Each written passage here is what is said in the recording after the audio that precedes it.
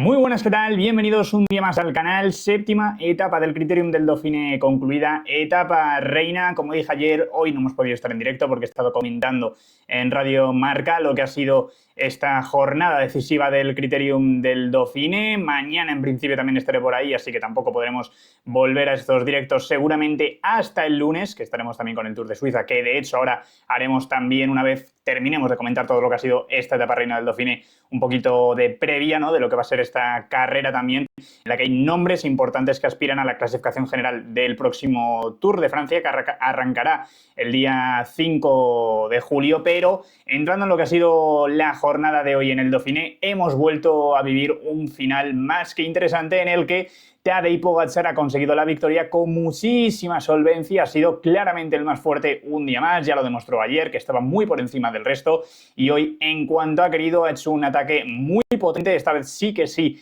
levantándose, poniéndose encima de los pedales con mucha más fuerza en ese arreón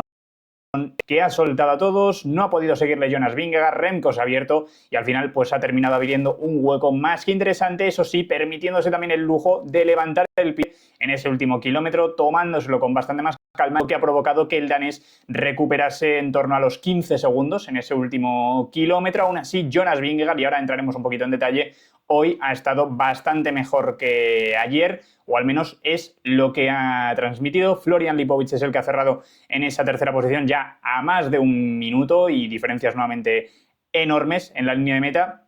Una jornada que ha empezado con una fuga también con corredores importantes, muy buenos escaladores. Teníamos, por ejemplo, a Sepp Kuss, ¿no?, el Visma, que ha estado intentando filtrar siempre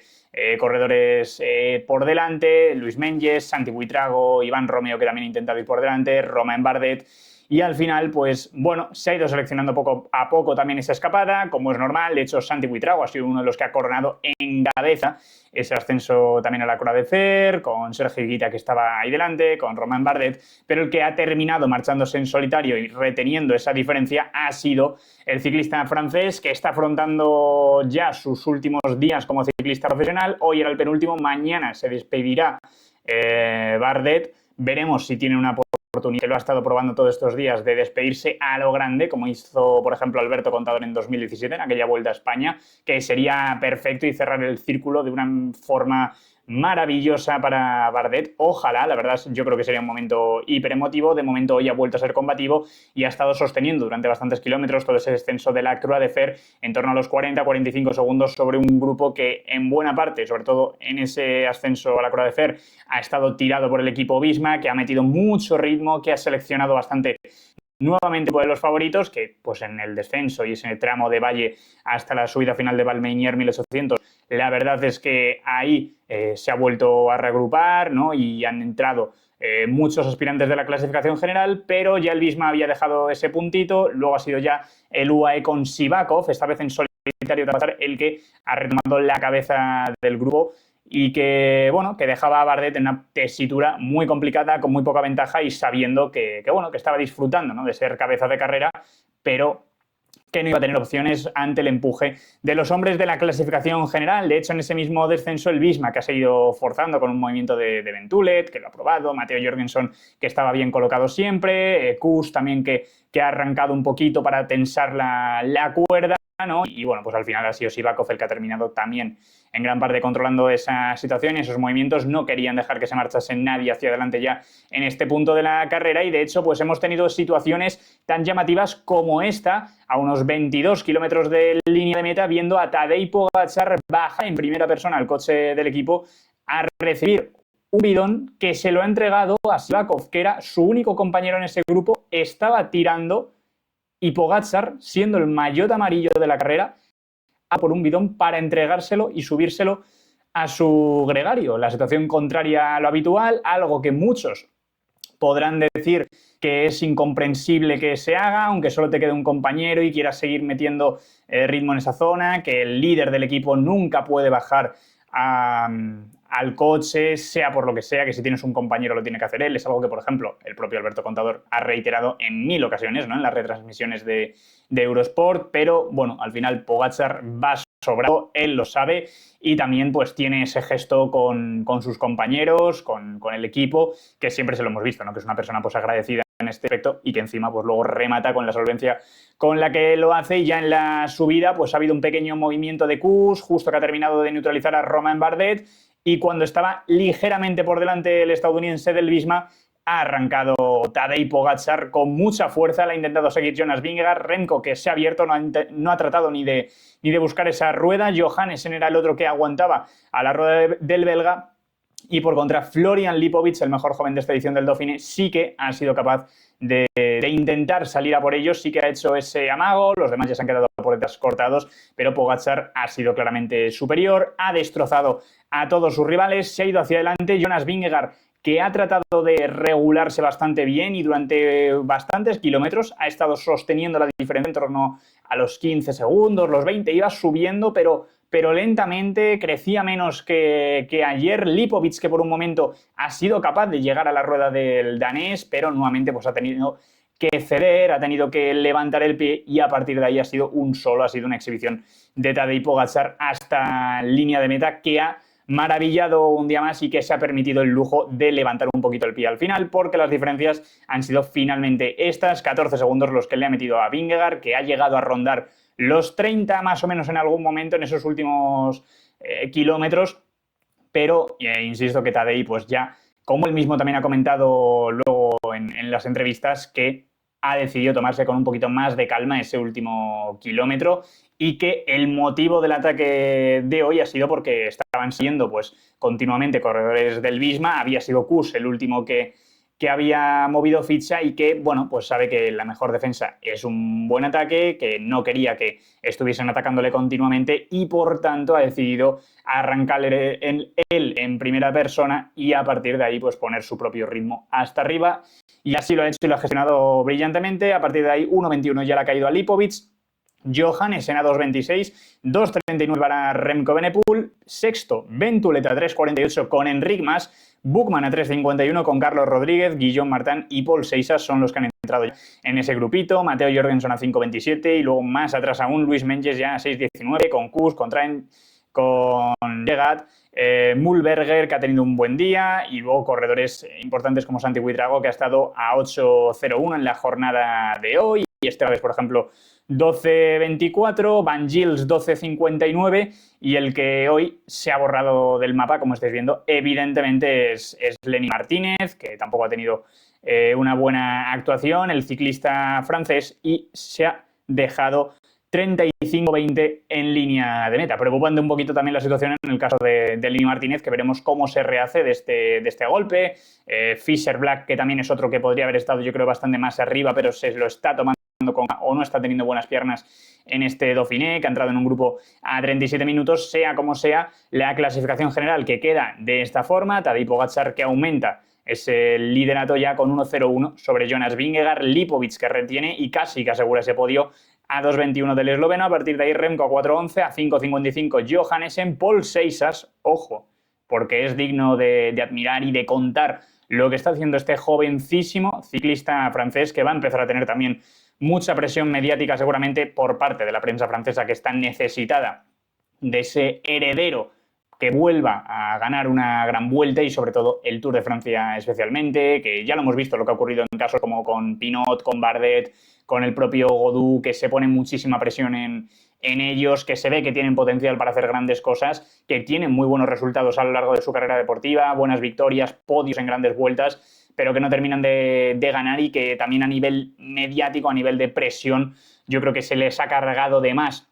En muchos casos ha ocurrido también aquí en España con muchos ciclistas, con el caso del propio Enric Mas, seguramente con Carlos, con Ayuso, con todos ocurre, y en todos los países sabemos que es algo continuo. En cuanto despunta alguien joven con potencial, veremos cómo evoluciona Seixas, pero tiene muy, muy buena pinta este ciclista del Decathlon G2R, que por cierto, en el inicio de esta última subida Alba Meinier 1800, pues ha puesto a trabajar a un compañero también ahí, así que con valentía, con seguridad, y de momento sexto en la clasificación general del Criterium del Dauphiné, por delante de Matteo Jorgensen, que está ya a 7.18, Ventulet a 7.24, Carlos y Enric cerrando ese top 10 a 7.41 y 7.43 respectivamente. Un mundo, evidentemente, lo que les ha caído en esta jornada. Sale a más de un minuto de media por etapa.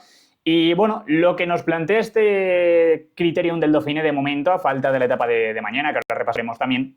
es que Tadej Pogačar está intratable. Es cierto que Tadej ha repetido día tras día a lo largo de esta carrera que el estado de forma que tiene más o menos es el que va a tener también en el Tour de Francia, que quizá puede hacer algún pequeño ajuste, pero Tadej Pogačar lo sigue remarcando día tras día, que es que no va a haber prácticamente ninguna modificación de su rendimiento actual con lo que va a tener en el mes de julio. Quizá en la crono es donde pueda mejorar un puntito más, lo que le pueda preocupar algo más al esloveno, pero es que en cuanto la carretera se ha puesto hacia arriba, ha sido una auténtica apisonadora, ha destrozado a todos los rivales y hoy ha vuelto a ser el caso. 3 victorias de etapa ya en este Dauphiné, maillot amarillo con solvencia y 98 victorias en su carrera deportiva, un rodillo imparable. Por el momento Tadej Pogačar, por contra Jonas Vingegaard, que hoy comentábamos que había mostrado una mejor versión, que ha estado sosteniendo el ritmo de Tadej durante bastantes kilómetros, minimizas pérdidas, ha entrado de hecho a 14 segundos. Es cierto que Pogačar ha levantado el pie en ese último kilómetro y que seguramente durante el resto de la ascensión quizá no haya apretado tanto como hizo ayer, que se haya guardado ese puntito, puede ser. De hecho, pues lo que he comentado de las declaraciones de Pogačar, ¿no? Que al final ha atacado por evitar que le estuviesen atacando continuamente y poner su ritmo. Entonces, pues bueno, no ha hecho grandes alardes tampoco Tadej una vez ha cogido esos metros. Y es lo que habría que ver y lógicamente, pues que no podemos saber hasta qué punto Tadej Pogačar habrá alzado la máquina hoy, pero la realidad es que hoy Jonas Vingegaard, centrándonos únicamente en los datos, ha estado más cerca en línea de meta, en una jornada que presumiblemente también le podía favorecer un poquito más por corrido, ¿no? Con ascensiones mucho más largas, 3 puertos de fuera de categoría que sabemos que al danés le vienen a las mil maravillas, y un Jonas Vingegaard que ha vuelto a decir, una vez ha concluido la etapa, que simplemente tiene que aceptar que Tadej es superior, que ha vuelto a ser mejor, que se mereció ganar ayer, que también se ha merecido ganar hoy, estar de líder, que está muy fuerte, pero que, oye, que sus números son buenos, que él está contento, que ha tenido una buena actuación y que sigue con esa esperanza y sigue creyendo que este Criterium del Dauphiné le va a permitir salir más fuerte de lo que ya está y poder dar un saltito hacia adelante pensando en el Tour de Francia y ser, por tanto, más competitivo y meterse en ese mano a mano, ¿no? con el ciclista del UAE. Veremos si es capaz o no Jonas Vingegaard, pero de momento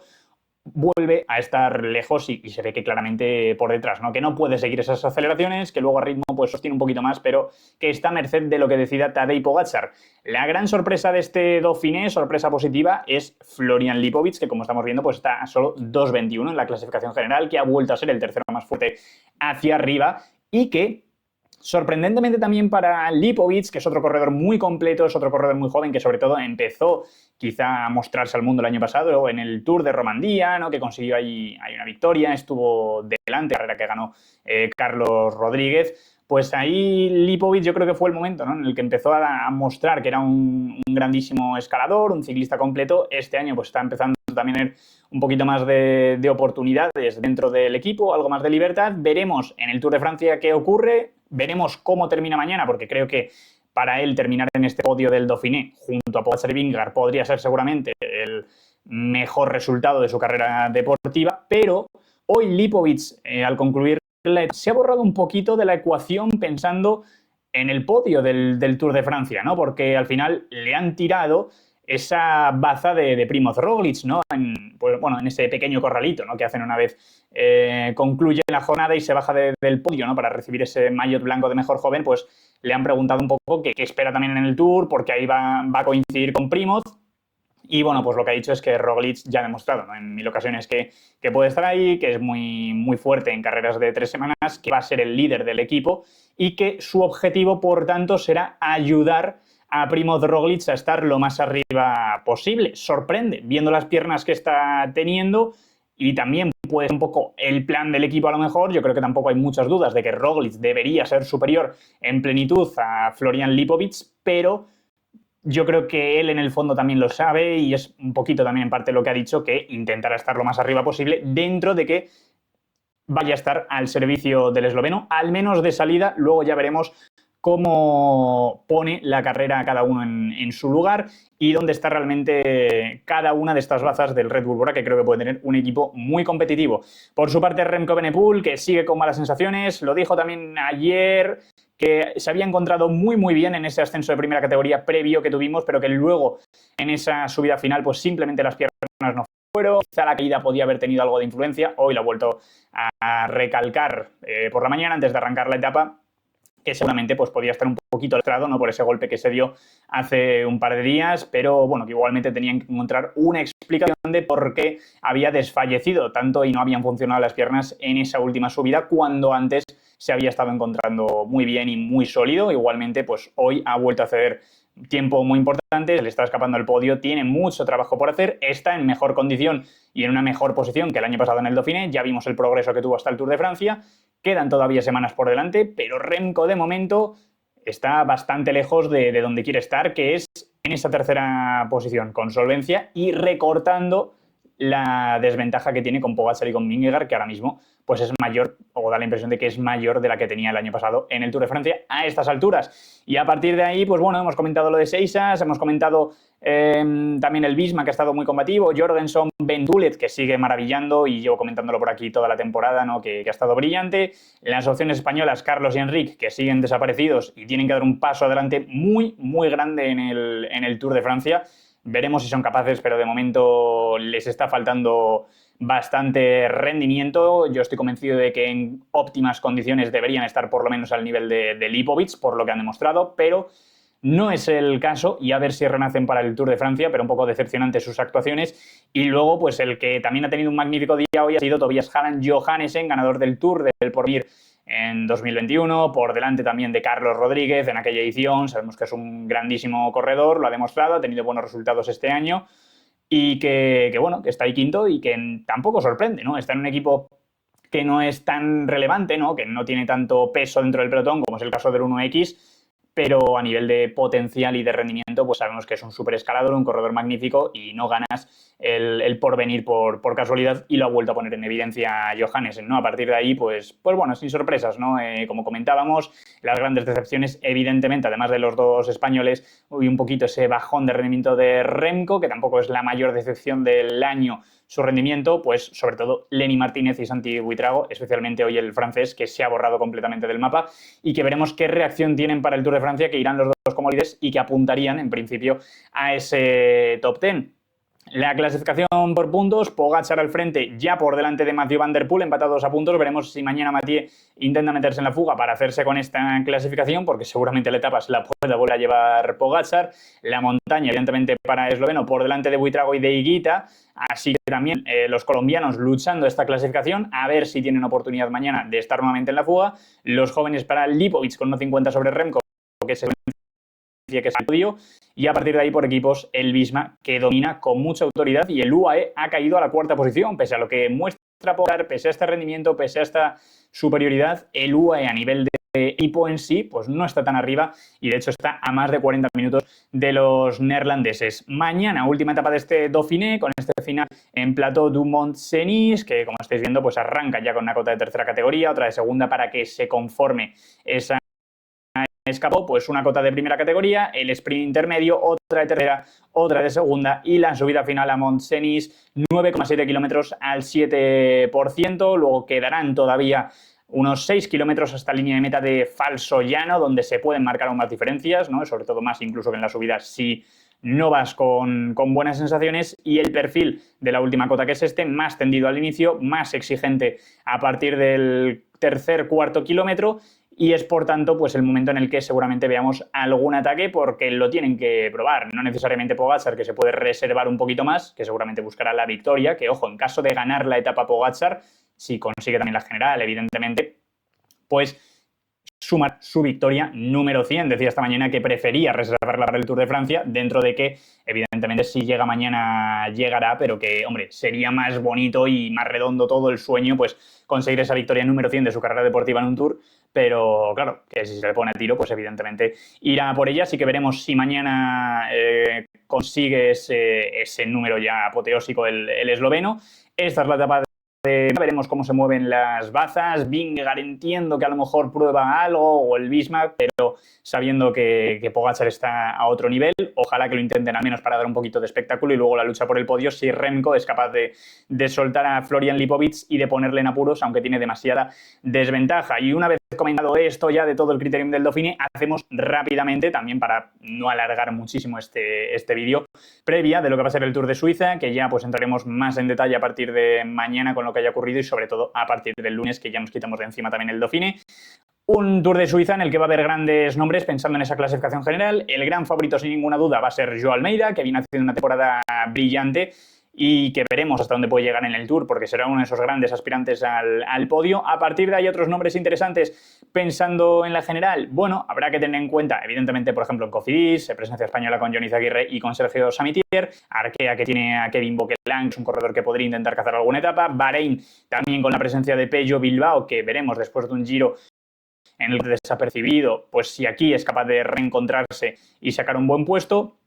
Y luego, pues rivales que pueda tener Joao Almeida, además de Pello, si estuviese en una buena condición, Félix Gall, que es otro de los que está parando el Tour de Francia, pensando en ese top 10 final, podría intentar pelear este podio en Suiza, ver cómo van pues luego corredores como Biseguer, Lapeira, Visio, también, ¿no? Ciclistas jóvenes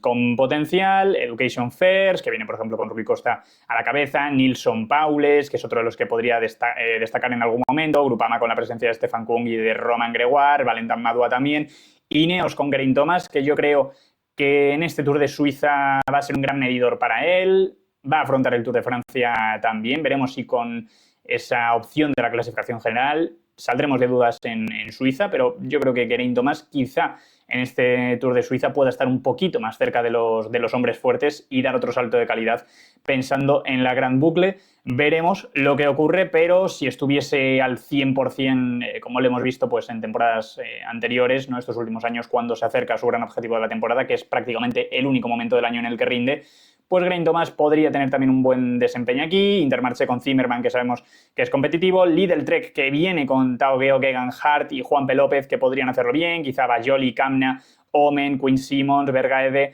Tiene un equipazo en general para intentar cazar alguna etapa y meter algún nombre en la general. Movistar con la presencia de Nairo Quintana, a ver si aparece un poquito más después del Giro o en qué condición está, pensando al menos una victoria de etapa. Y luego Pablo Castrillo y Javier Romo, quizá con esas también aspiraciones en la clasificación general. Red Bull Bora con Blasov a la cabeza, acompañado por Roger Adrià, el equipo Soudal quizá con Van Wilder como la baza. A partir de ahí Jayco con la esperanza de que Ben O'Connor se reencuentre consigo mismo, ha aparecido este año en el cambio de equipo. Picnic post-NL, quizá también con Oscar Onley, con Barguil, un poquito para jugar un poco más en esas etapas de montaña que prácticamente son todas en este Tour de Suiza. Visma, sí que es cierto que es un equipo bastante más flojo, ¿no? Pensando un poquito más en buscar otras opciones de victoria de etapa, no tanto en la general. XDS Astana, que también pues un equipo combativo, sobre todo Fortunato, si mantiene el nivel del Giro más o menos podría ser muy competitivo aquí en este Tour de Suiza. Y luego a partir de ahí Israel, evidentemente quizá Riccitello, que el año pasado precisamente en esta carrera voló, Michael Bush, George Bennett o Blackmore, que podrían hacerlo bastante bien. Lo dudo en el caso de Chris Froome, pero bueno, que sepáis que va a estar compitiendo también. Y luego Lotto con Arnaud Delis. Q365 también con David de la Cruz, que quizá podría también tener un buen rendimiento pensando en un top 10, top 15, ¿por qué no? En el mejor de los casos en este Tour de Suiza. Y Tudor con Mark Hirschi y Julian Alaphilippe en busca de cazar etapas. Etapas que precisamente pues son estas, e insisto que día a día pues las iremos viendo más en detalle. Mañana, primera jornada con esta cota de segunda categoría relativamente cerca de línea de meta, se va a coronar a unos 15 kilómetros y son 3 kilómetros al 9%, así que día en el que ya pueda haber movimientos, alguna diferencia y que esté interesante ese final. Además, al igual que ocurre en el Giro, vamos a tener, en ese momento era kilómetro Red Bull, aquí patrocinado por Tissot, este kilómetro Tissot, también con bonificaciones que va a estar en todas las etapas. Esta primera jornada, como veis, ya interesante. La segunda con final en alto, en una cota, bueno, que no es especialmente dura, de hecho no es ni puntuable para la montaña, pero vuelve a ser un terreno quebrado, ya sabemos cómo son estas carreteras en Suiza y que por tanto nos puede dejar nuevamente una lucha interesante por la victoria y alguna que otra diferencia en línea de meta. A partir de ahí la tercera jornada, nuevo final en alto, explosivo, 3,4 kilómetros al 5,3 es lo que va a ser esta llegada, también con varias cotas previas y puntuables, así que 3 días más de media montaña. La cuarta, que tenemos un primer puerto ya interesante en este Tour de Suiza, ¿no? También ya de primera categoría, 8,8 kilómetros al 7,3, con este kilómetro Tissot prácticamente al inicio, ¿no? de lo que es la subida realmente de primera categoría, que veremos qué ocurre, qué movimientos hay, y luego ya la quinta, con 4 ascensiones de primera categoría, con ese final en Santa María Ingalanca. La sexta, que sí que debería ser quizá para los velocistas, hay algunos repechos, sobre todo pues el inicio con 2 cotas de segunda categoría bastante interesantes también para conformar una escapada, pero debería ser quizá la única oportunidad para los sprinters. A partir de ahí, las 2 últimas etapas, la séptima, un nuevo final en alto, que como ya sabéis, pues Suiza siempre es así, con casi todo llegadas de montaña y finales en alto. Y luego, esta vez en una cota de tercera también bastante explosiva, de 3,9 kilómetros al 8,1%, y la última, una cronoescalada de 10 kilómetros que decidirá el ganador de este Tour de Suiza, en el que insisto que el gran favorito es Joao Almeida, y veremos hasta dónde pueden llegar corredores como Félix Gall, cómo lo puede hacer Alexander Vlasov, quizá Geraint Thomas, si es capaz de volver a mostrar un gran rendimiento, ¿no? De cara a este próximo Tour de Francia, de cara a su última gran vuelta. Así que, bueno, hay nombres interesantes, un clarísimo favorito porque lo ha demostrado a lo largo de toda la temporada. Así que veremos qué nos depara mañana la última etapa del Dauphiné, qué nos depara este arranque en el Tour de Suiza, donde quizá corredores, como hemos visto en ese perfil, como Julian Alaphilippe, como Mark Hirschi, que corre en casa, puedan intentar conseguir el triunfo, ¿no? Y ese primer maillot de líder. Pero bueno, será interesante, estaremos igualmente por aquí para comentar todo lo que ocurra, tanto en Francia como en Suiza. Así que nada, dejadme vuestras impresiones de lo que ha ocurrido hoy en el Dauphiné, las conclusiones que sacáis a falta de la última etapa, vuestro pronóstico también para este Tour de Suiza que vamos a estar comentando ya y que arranca este domingo. Y lo dicho, mañana tampoco estaremos en directo porque estaré también por Radio Marca, que me podéis escuchar y ver por ahí, y a partir del lunes seguramente volvamos a la normalidad de estos últimos días que hemos empezado a implantar también con directos para ir comentando cosas. Veré si cambio el horario o no, porque bueno, también, bueno, en este caso estará el Tour de Suiza, así que, bueno, igualmente cuando acabe el Tour de Suiza, ahí es donde veremos cómo ajustamos el horario, pero bueno, estaremos comentando todo como siempre. Dejádmelo en los comentarios, como he dicho, y nada, como siempre, muchas gracias a todos por ver el vídeo, dadle like, dadle a la campanita, suscribíos y nos vemos en el siguiente vídeo. ¡Chao!